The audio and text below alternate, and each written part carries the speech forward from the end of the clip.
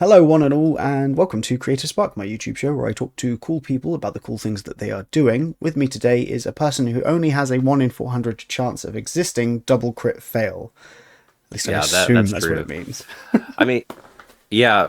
Um, I mean, if you think of the odds of existence on a, It's way, way smaller than that, it's way 100%. way smaller. So if I had a 1 in 400 chance to exist in the galactic sense of things, that's actually pretty good. Very high. I yeah, but yeah, double crit fail. I did want to go with double crit success, but that name was taken, so I got stuck with the other one. But it's been good. It's been fitting for the brand. I feel like part of our existence in the TTRPG community, both within our games and outside of them, is failure. It's always pushing us forward and helping us grow. You're in a big, existential phase at the moment as well, aren't you, with all of the goings on that have occurred? Yeah, now that you mention it, I mean, so okay, I just kind of got back into doing the YouTube thing.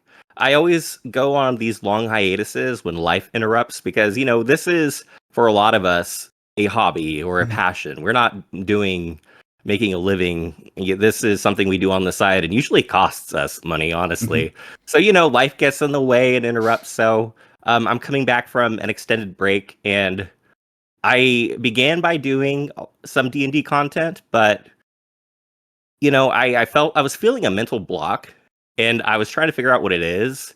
And it's I talked about in my most recent video that I feel like I'm having a problem with this. I don't know how far we want to get into stuff like right off the bat, like how Just much I go want to for start it. Go venting. wherever it leads. It's fine. All right. So my last video was about how I was feeling about D&D. Um and with the new 2024 edition, the biggest problem I've been having with it is that it's not different enough from the 2014 edition for them to re-release all of the old materials under the Mm. new rules, but that seems like what they're doing currently. So in that sense, it feels like I'm spending $50 per book to just buy errata, just Mhm. small changes here and there with very little that's actually new.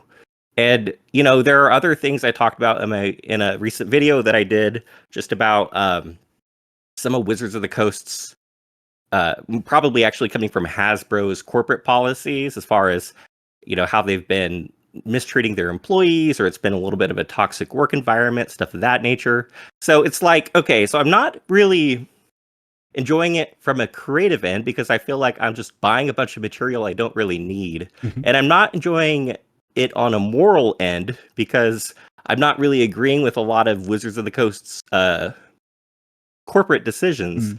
So, and then there's another aspect of if you try to think about actually original stuff you can talk about in regards to D&D, there's Mm. not very No. much. Wizards or 5e has been around for 10 years. There have been some amazing creators that have pretty much talked about everything you could possibly talk Mm. about. So as far as like actually finding new and original material that hasn't been done before, that's really difficult. Mm. So all of that to say, in my most recent video, I kind of just had like a venting session, and um, it's been good. I was feeling a mental block, and I feel like by getting that out, Mm. I can now continue moving forward and kind of finding my new path and really just allow myself to talk about whatever I want in the TTRPG community that I'd like to, and not feel so bound to D&D, which is Mm. always, I'm sure a big it's a big thing in the YouTube algorithm where if you don't mention D&D or Mhm. searchable terms like that, your content's just going to get buried. Yeah. Luckily, right now we have kind of this resurgence of these new games that are coming out that are getting a lot of attention and popularity. Mhm. And I love pretty much all TTRPG games, big or small. But if you have something like Shadow Dark or Mm. Daggerheart, where there is Yeah. this groundswell of enthusiasm and there hasn't been a lot of content, it's not something that's been mined to death. I don't know. It's really exciting for me to look at systems like that and actually you know, put my spin on things instead of, having to make sure I haven't done something that's already been done. What do you think they could have done with the transition to 5e to 2024 5e that would have been more worthwhile, if that's the right word?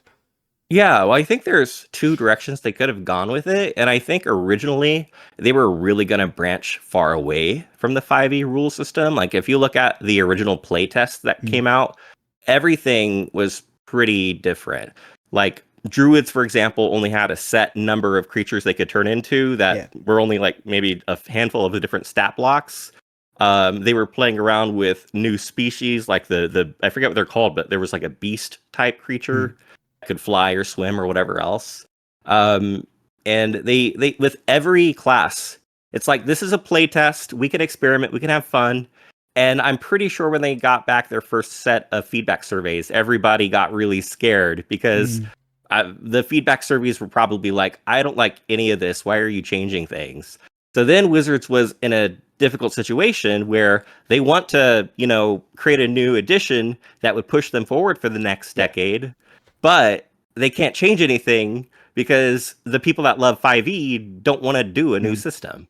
So at that point, what they could have done was maybe put out one book that's just like a massive book that covers as much of the old 5e Mm. material that they could and how you could turn it into convert it to the small changes that exist within the 2024 Yeah.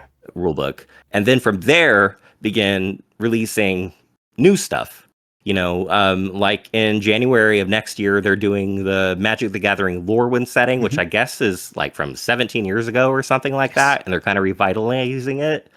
And so they own a lot of IP that's popular with Magic the Gathering. They have all these different settings and things like that. They've done like Theros or whatever, Yep. but they could have really dived more into those and give us things that are actually new rather than taking like the top hits, Yeah. and just re-releasing those repeatedly. Yeah. So that's what I would have liked to seen if they did decide to do and stick with 5e, which they have done, is just give us things that are actually new instead Mm. of, Forgotten Realms again, Eberron again. Yeah. It's just like, I don't know. Those are the things that are probably most popular, so they think that they'll sell the best. Mm. But I don't think they are accounting for people that are like, I already own this. It's So odd, I right? don't. Because the DMs that already have these setting guides already know these settings, and more likely than not are going to be doing homebrewed campaigns in those. So the updates on that front are largely irrelevant, even though it's mostly DMs that are going to be buying the books, as it normally is. Mhm. So it is odd not to follow, like you say, like I'm a huge Magic the Gathering fan. I write for TCG Player and have been playing Magic for a long time at this point. If they went into more MTG settings, that would be fantastic. They just had Duskmourn last year, which was this gigantic haunted house which took over an entire planet, basically. Do a book Yeah. set on that. And you know what else that would do? That would make more people that play D&D like me, but don't Mm. touch Magic the Gathering, actually take a look and be like, Yeah. I want to learn more about this. Let me find out more. And maybe that'll hook me into it. And people that only do Magic the Gathering, but don't do D&D, they'll be Mhm. like, I love this setting. I might want to try this Yeah. out, in D&D. I don't actually know the number of people that do both. I know there are quite a few that, there's a big crossover culture there, but there are those of us who only stay on our side of the island. So I do feel like it would, in a synergy way, help Yeah. both of their brands. I don't know how common it is for Magic the Gathering to be the reason you go into D&D, or for D&D to be the reason you go into Magic the Gathering. I think it's more that they're both nerdy hobbies and they're adjacent rather than like running parallel to each other, which they could 100% be doing. I don't disagree at all. Yeah. Yeah. So that's what I would have done. And, it's, even though 5e is kind of long in the tooth, or an old hat, or whatever you want to call it, there is still, and it's okay. So I was talking about how there's so little that's actually new.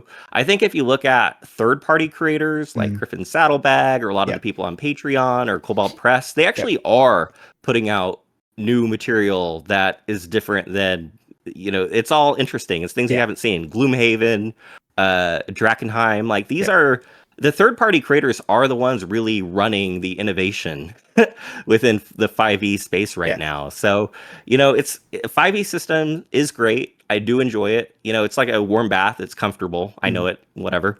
So uh, I don't mean to be like it's a bad system because it's not. It's just the problem I'm having with it is how Wizards is handling it. So I yeah, think it's but perfectly reasonable. I should focus more on the third party stuff. But then again, you go back into the trap of there's not going to be as large of an audience that is watching That is the that. trouble. I mean, it's the exact same problem that Wizards have with 5e, right?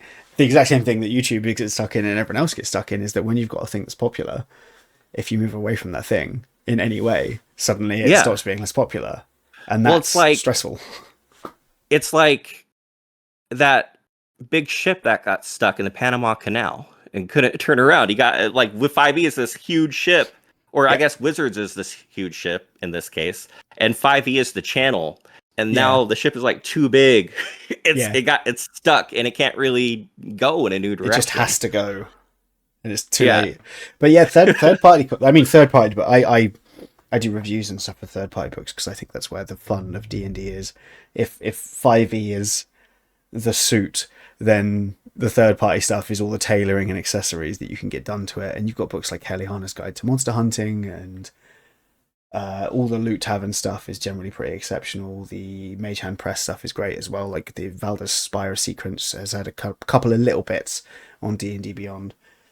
I hope we get more stuff, more third party bits on D&D Beyond. I know that it's not really up to the third party creators, is my understanding. Which is a shame. A lot of it is the third party creators. This is my understanding. This could be wrong. I'm just covering myself. My understanding is the third party creator gives D&D Beyond people the book, and then they pick the stuff that will be launched. So that's why we have things like the second Griffin Saddlebag, but not the first, third, fourth, fifth, or sixth. I think the 6 books of those. We've got one part of Heliana's Guide, but not the whole thing. From Valda Spira Secrets, we've got one of the classes, not all 30. Valda Spira Secrets, they went bananas with this design stuff, which you gotta love. Yeah, it's odd, right?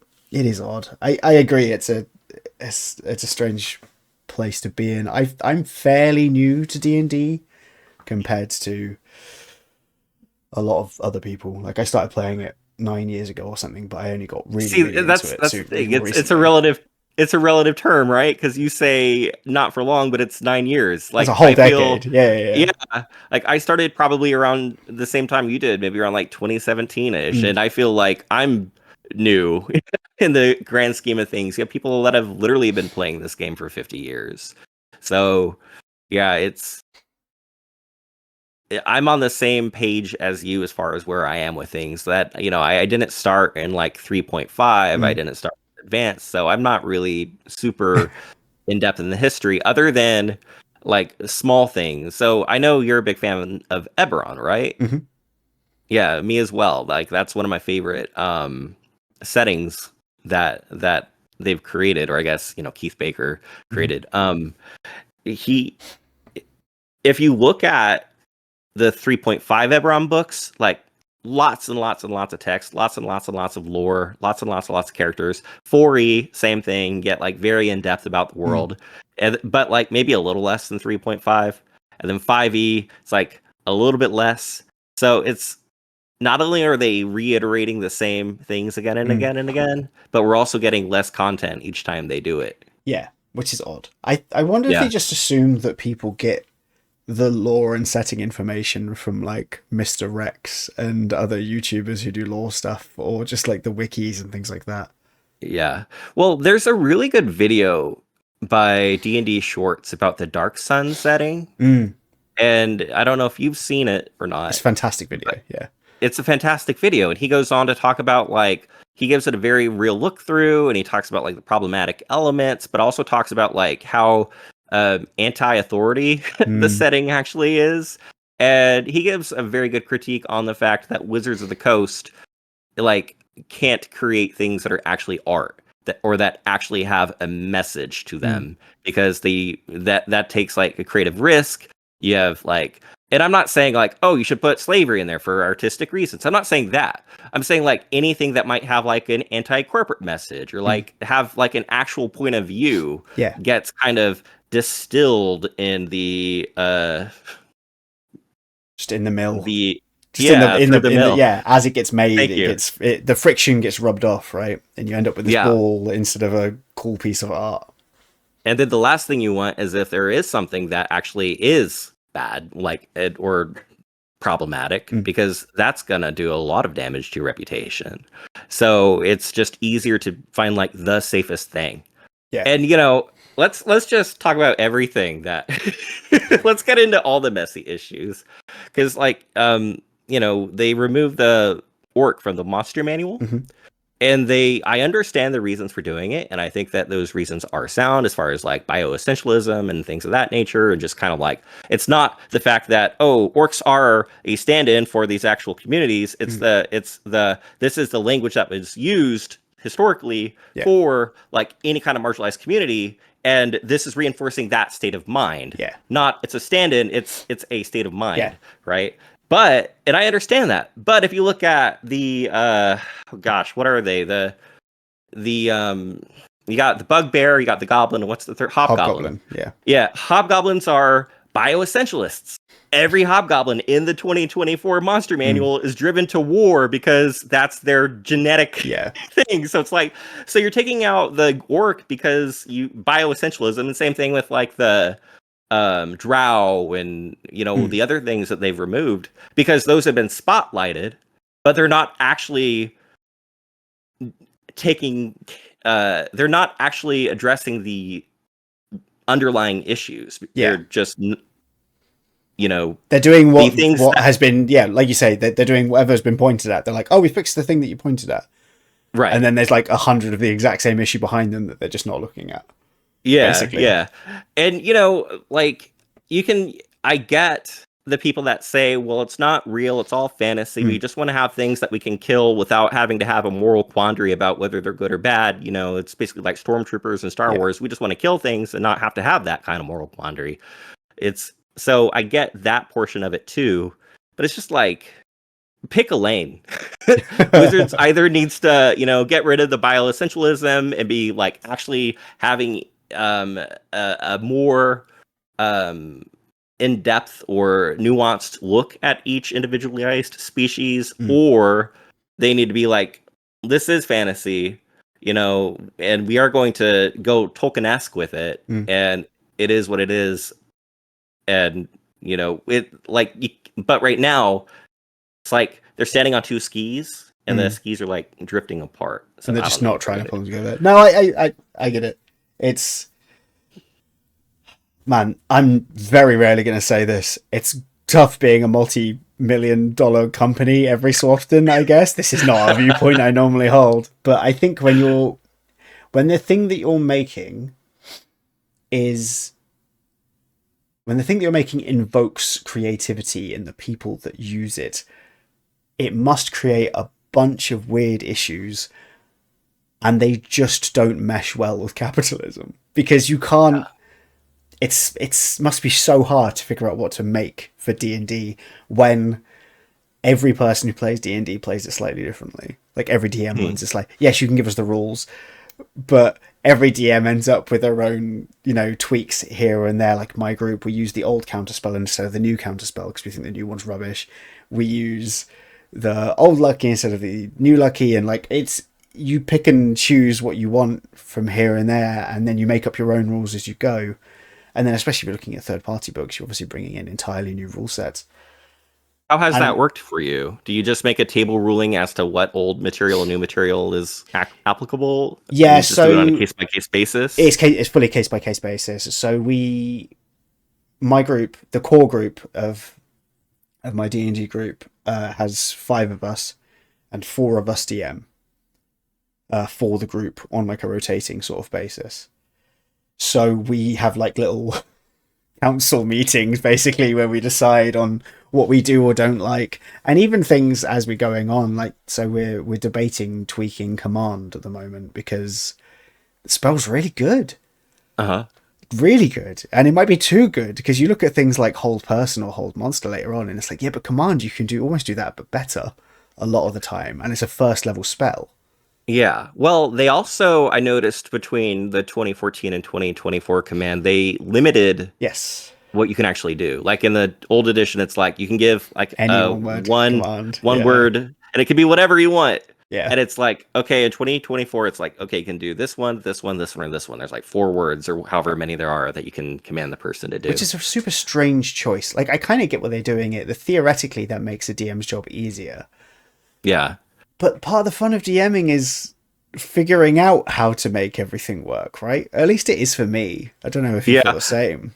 Well, I actually, I was kind of just in the instance it happened glad that they swapped it up, because I feel like every time command has came up in the past, we always have like a, well, I don't know, is that really like what is that really a command? Is that something that you can say in one word? Like, does that count? Where it's like, now it's very spelled out if it's not in the list. So I don't know. It does kind of limit your creativity in terms of the spell, but for me as a DM, that particular spell made my job easier. Also, sleep. I was so surprised at how they changed sleep too. Instead of just rolling this bunch of dice, it's just like you fail a save, and then basically you're incapacitated for 1 round. Yeah. And that's, or 1 turn or whatever. Yeah. And that's it. So, they've really streamlined it, but it's like now, as you're saying, you kind of have to go through spell by spell or aspect by aspect and be like, does this work for my table or not? Or for the vibe that you're going for. Like, so the new counter spell, you spend a spell slot to counter spell something, but they get the spell slot back. And that feels bad.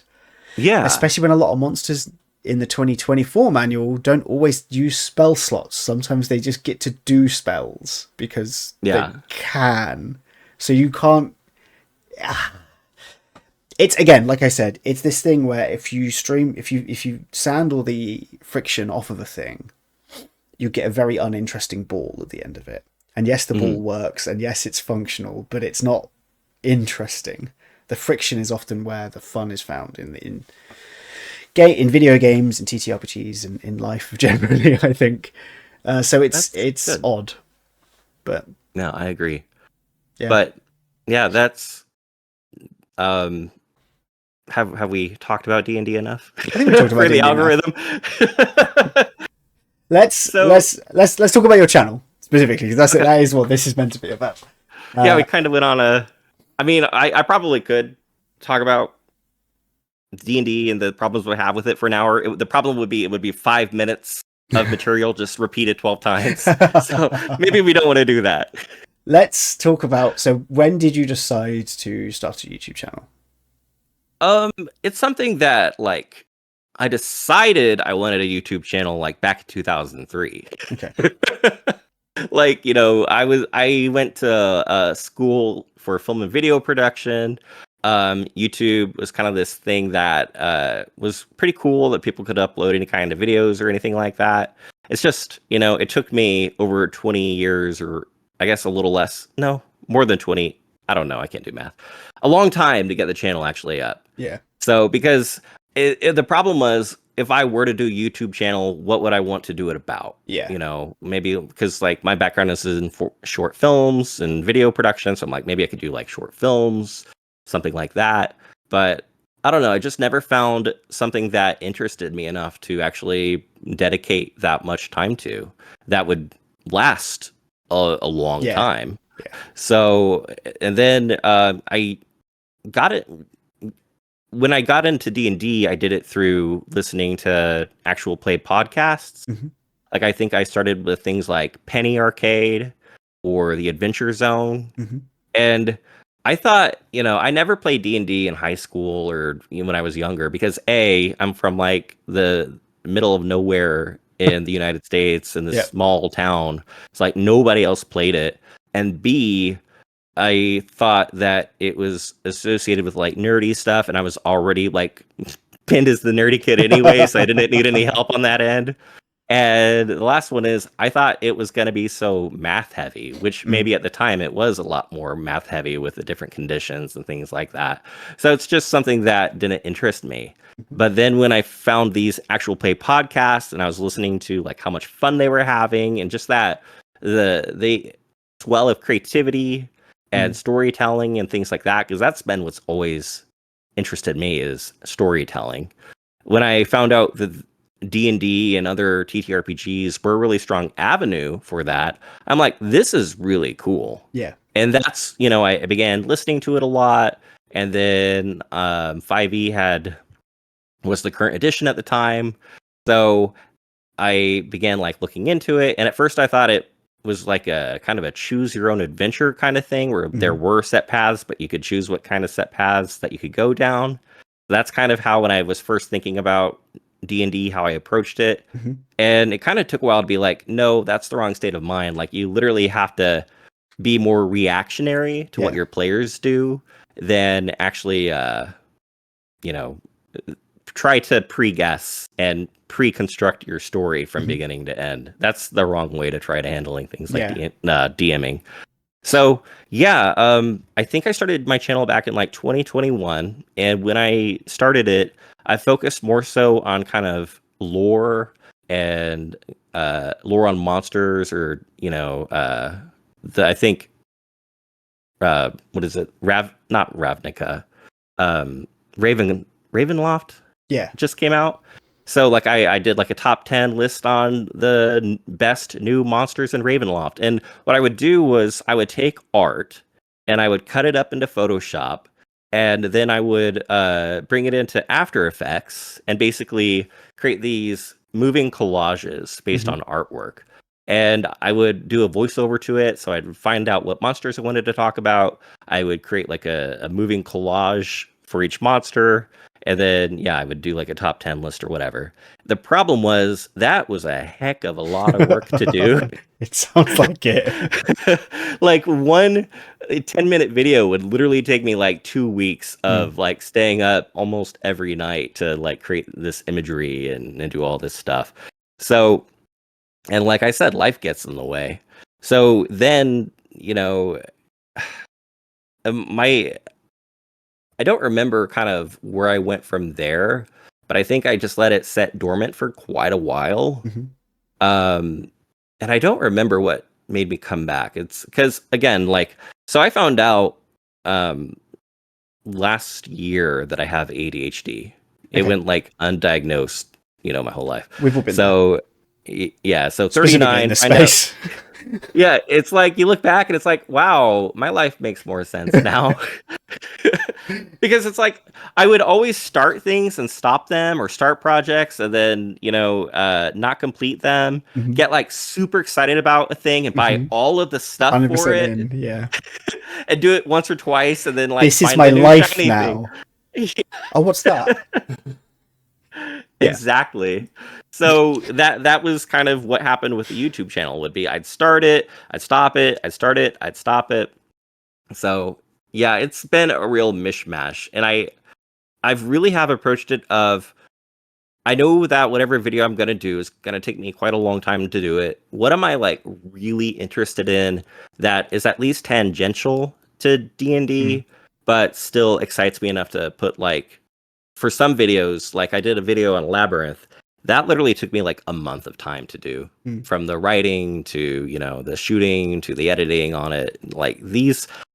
And unfortunately on YouTube, that's not really an approach that works. Well, it's not it's not sustainable for your own mental health, but it's also not gonna be healthy for your channel either, because a YouTube video its shelf life is literally like 2 days. And then so you'll, even with the successful ones like this, the one I did where I just said everything I dislike about 5e, that kind of has done okay. It's like the first day it got like a couple of hundred, maybe like 400. I'm like, okay, this is actually doing well. It has like a high click-through rate, which for anybody who doesn't do YouTube, that's like how many people actually see your thumbnail then click on it. And then it was getting good watch time, like people were watching, at least half the people were watching it all the way through. Mm-hmm. And so I'm like, this might actually do okay. And then the next day, it got like close to 3,000 views. So I'm like, okay, this is taking off a bit. And now, like at the end of the second day, and now all through today, it's like nothing.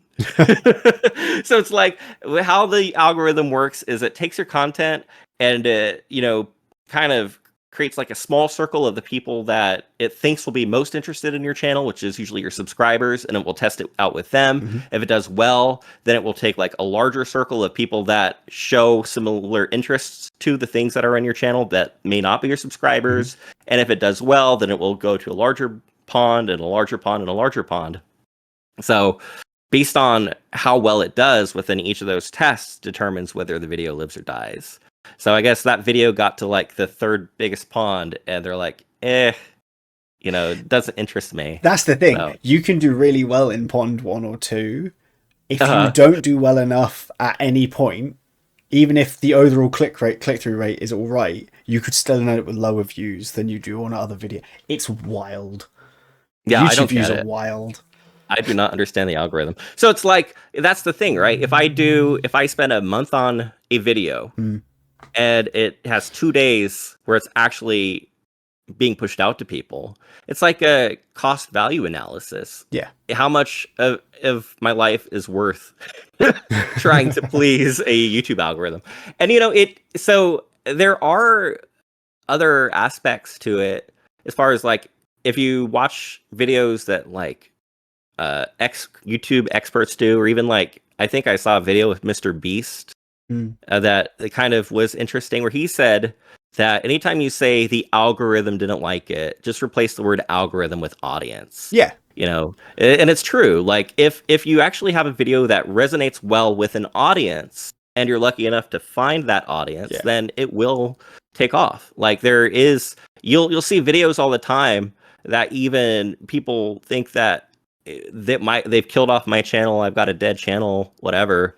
But then they'll put out a video maybe talking about the fact their channel is dead, and then that video will get like 500,000 views or 100,000 views or whatever. Yeah. So it really isn't about my channel is dead. It's about, are you putting out content that your audience that you've cultivated is actually interested in? Yep. Or have you maybe like you've put out material that you enjoy, which is awesome. Like I think creators, if you're doing it as a hobby, like you should absolutely put out stuff you enjoy. Yeah. Because ultimately, like it's serving you and it's an expression for you. Like you're the one getting something out of it. So do that. But like maybe also realize that may not win you many clicks or get you many views as far as the algorithm goes. So it's like, I think every creator has to decide at some point, am I going to really focus my channel on what I like? And there are a few lucky ones who will find their audience with the thing they like and just like, that's magic. Or am I going to make like super clickbaity stuff that maybe like, I'm just going to kind of be jaded but it works. And, I'm going to just push out that content. I found... So, and that's not a knock on creators who do that within the TTRPG community, because I actually think some of them are like super good and talented. Like, what's her name? Oh gosh, she always does the biggest scandal yet video. I don't watch that stuff. I don't know. Okay, yeah. So, I actually really like her channel a lot. It's just I'm blanking on the name right now, because she does these clickbaity titles, but then you click them, and her arguments are like actually substantive, if that's a word. And it's more nuanced than you might think. Yeah. And even with Professor DM, he always like makes a point of, people complain on my channel about how clickbaity my videos are, but I make a lot of videos that aren't clickbaity, just nobody watches them. Yeah. So it's like, yeah, you kind of decide as a YouTube creator how much you're going to sell out just to kind of please the algorithm. Yeah, I mean, my best performing videos are ones that I was like, well, what if I put a bit of SEO knowledge, just a little bit of SEO knowledge in this, and I strike while the iron's hot. So my Crooked Moon reviews are my best performing videos, and they're still, even though that was like a couple months ago, they're still getting like 100 views a day, which is That's huge awesome. for Yeah. a channel of my size. Yeah. Well, the one that has had the longest shelf life on my video is I did a video about how to make like a table with like a TV screen in it. And that one has, I don't remember, like maybe like 40,000 views, and it continues like every month. It's still in that circle of your top videos. People are actually still watching it. Yeah. Yeah. So, there, if those are always cool. It's just, you're going to talk about that wasn't like a 1 month project. That was like a several month project to make that table. So yeah, it's just, and unfortunately with a 48-hour shelf life for your YouTube channel, it's like, you got to be putting stuff out constantly. Yeah. So it's a balance between, as I said, your own mental health and the health of your YouTube channel. Do you enjoy doing it? I do. Yeah, I enjoy doing it a lot. Otherwise, I would have quit like a long time ago.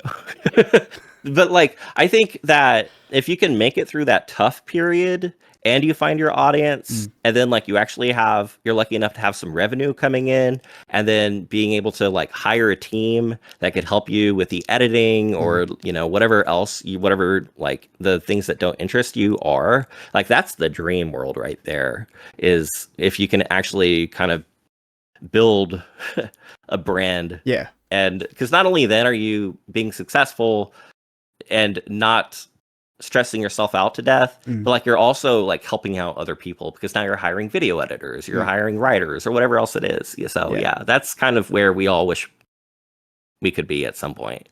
Would that be your aim for the channel in the long term? No, too much of a control freak. Because like video editing is my main job. So I think actually, if there was one thing, there's two things that are kind of the things that I am not. So the things that are my roadblocks are A, coming up with what I want to talk about, and B, sitting down and actually writing it. And like, I don't mind the shooting of it, and I actually enjoy the writing of it, but sometimes it's those things to get me started. That's the tough part. So I don't know what. I really enjoy these interviews that you do, but you also do content as far as like actually talking about other aspects of the hobbies. So how do you kind of approach it? I really want to talk about like stuff I homebrew and things like that, and that's what I was doing for a little bit, and I had a couple of those videos do all right, and then I realized that like it's so common advice on YouTube is to niche down, as I'm sure you're aware. But you can niche down too far. You can delve too deep, too greedily, for example. And you can end up with a thing where it's like you and 3 other people high-fiving each other. And it's kind of nice, but it's not a sustainable thing. And even though this is a hobby for me, I've now hit a point where I've had enough views and I've got enough subscribers where I'm pretty close to that 1,000 sub mark, which is a big deal for YouTube, because that's where you start making ad money, even though it's not going to be much. It's the principle, right? And I had to change my viewpoint from this is for fun and for me to I'm putting a lot of time into this. I've put a bit of money into different software and things like that. I should probably try a little bit harder.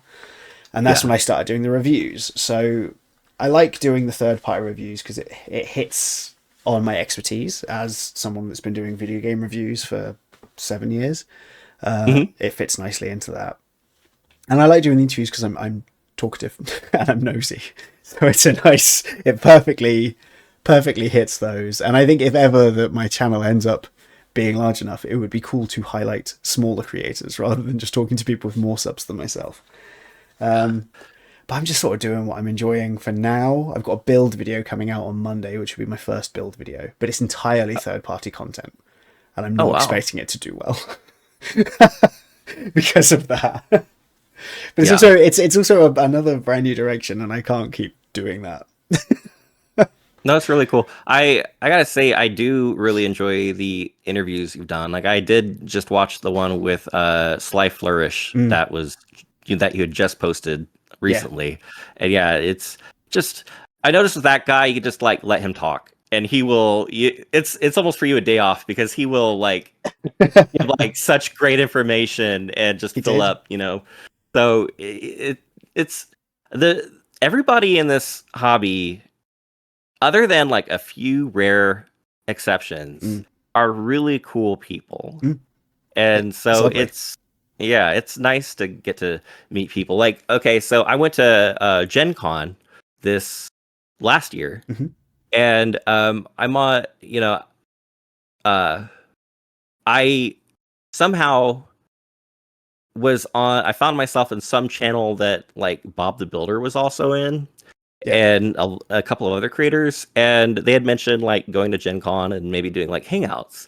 So like, okay, so like I'm very small in the tabletop industry, but like I did like, oh cool, like let's all hang out. And so I got a chance to hang out with like Bob the Builder, World Builder, not Bob the Builder, that's Nickelodeon. That'd And be amazing too, to be Zipperon. fair. Both big deals. And I think Zipperon Disney was also there. And it's just like we just chatted for I had to actually run out, so I was only there for about 45 minutes or so. But just like you see these people on YouTube, and you're like, oh, they must be like big deals. It's almost like the parasocial relationship kind of thing, where if you see someone on TV, like, you think A, that they're famous, and B, that they, you kind of they're put people better on put together. Basically, they're like better people. Yeah, 100%. Yeah. So it's like, but to actually sit down with them and like chat with them and all this stuff, it's like, they're just real people. They're awesome people. Like I'm sure as you find out as you're doing all these interviews, like just people are cool. People are cool. And when you're able to connect with people about things that you're passionate about, like that's an awesome way to live. Having a shared interest with people you're interviewing makes it incredibly easy. The thing that sparked the whole interview concept was last year for Dicebreaker, which is a site which unfortunately doesn't put out articles anymore. I interviewed Brennan Lee Mulligan, and it was one of those things where it was like, oh, I've interviewed Brennan Lee Mulligan, like that's huge. And I was like, I like interviewing people. No one's going to be as intimidating to talk to as Brennan Lee Mulligan was in terms of like the pure weight of what I was doing. I think the only people that would compare would be like Matt Colville, Matt Colville, Matt Mercer, Bria Iyengar, people like that level about of like fame. I don't know, Chris Perkins, or like some of the bigger like actual names. So that's the thing, right? They don't feel as imposing to talk to because they're not camera personalities built in. Yeah. And it's like you say, there's this weird part of your monkey brain that goes, they've been on film or they've been on television, therefore they must be like a higher version of humanity. And it's such a strange thing. It's such a weird thing. But yeah, I like talking to people. It's fun. That's why I like doing the interviews. It's cool. Yeah. Yeah. I'm so happy that Brennan Lee Mulligan has arose in such a way that he has. Like, not to say like I've known him since way back whenever or whatever, but I don't even know him. So there's that parasocial thing again. But like, I kind of found the Dimension 20 like high school videos kind of early. And I'm like, at the time, everybody was talking about Critical Role and how awesome like Matt Mercer is as a DM.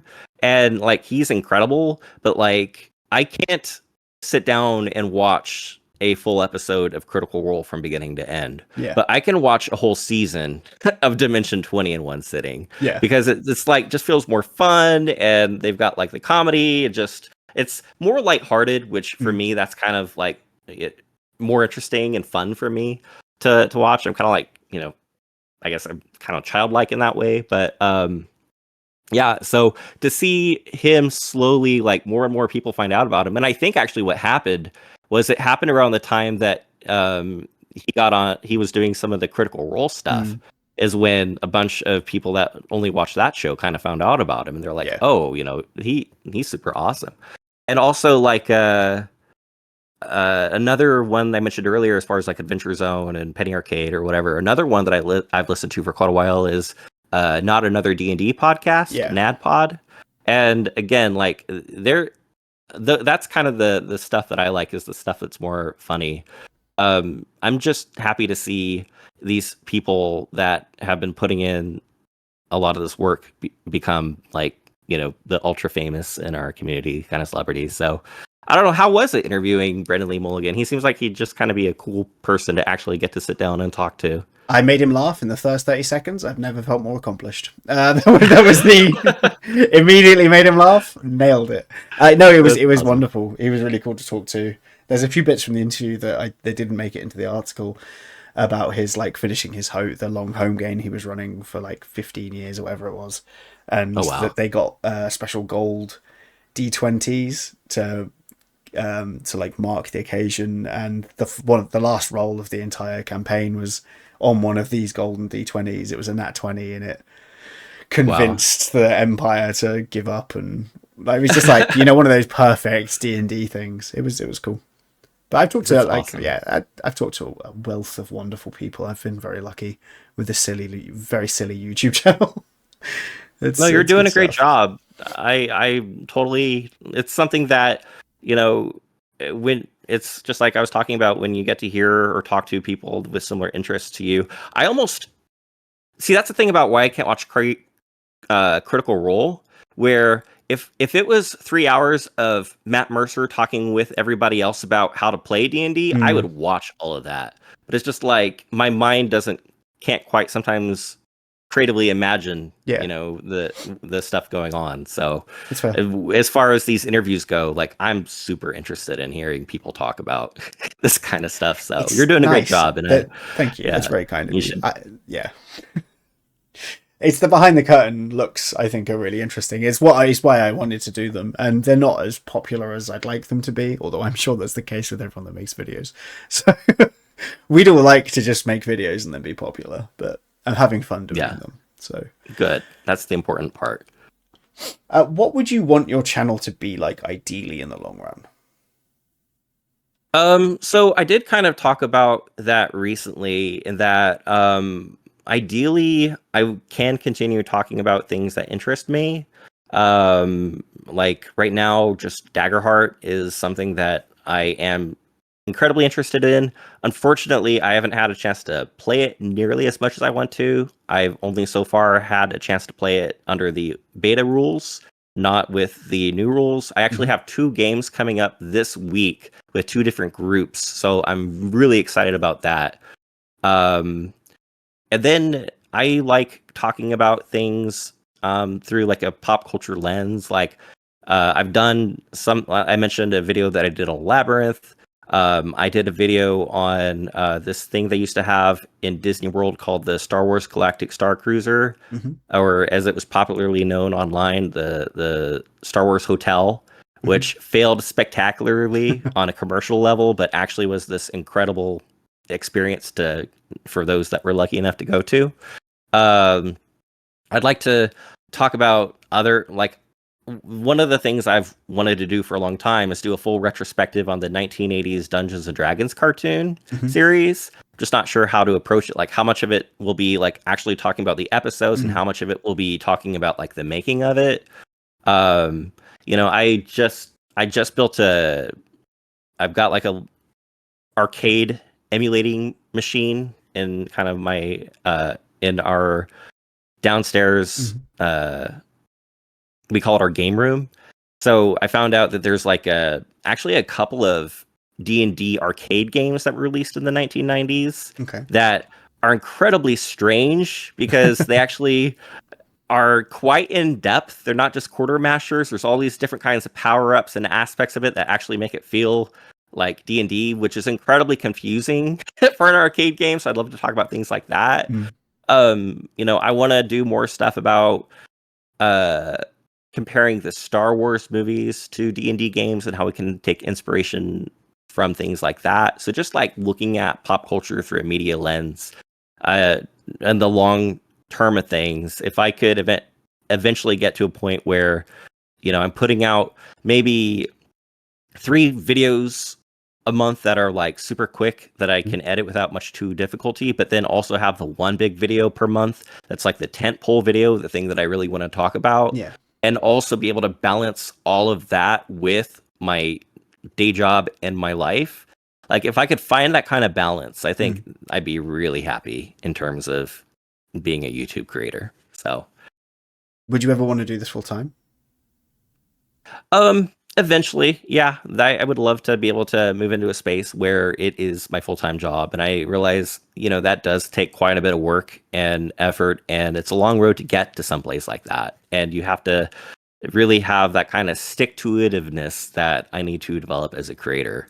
So, I eventually it would be nice to get to that point, while also maybe doing freelance kind of editing on the job on the side. I think that would be something I would ideally like. Like eventually, what I would love to do as maybe a mid goal between YouTube as a side hobby and like a full-time job would be, if I could find time for it in my life, I'd love to be like an editor on other D&D channels. I was talking about how some people have teams that help them edit. So it's like a stepping stone. I would love it to move into that space. But unfortunately, just right now, it's finding the time to do something like that. And then once you do commit to helping somebody out like that, then you're really, you really need to make sure that you're able to make the time to, because it's then like they're paying you, they're counting on you. You can't be a week late if you're helping out someone else. Like for our own channels,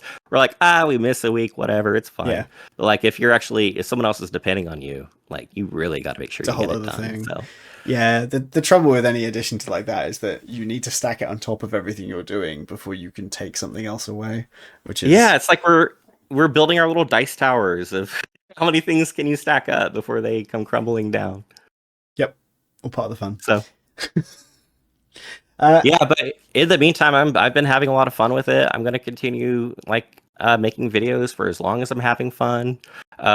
So yeah, it's been a good hobby that has allowed me to tell the kinds of stories I want to tell. And it's been good. I've really enjoyed it, and I look forward to continuing it too.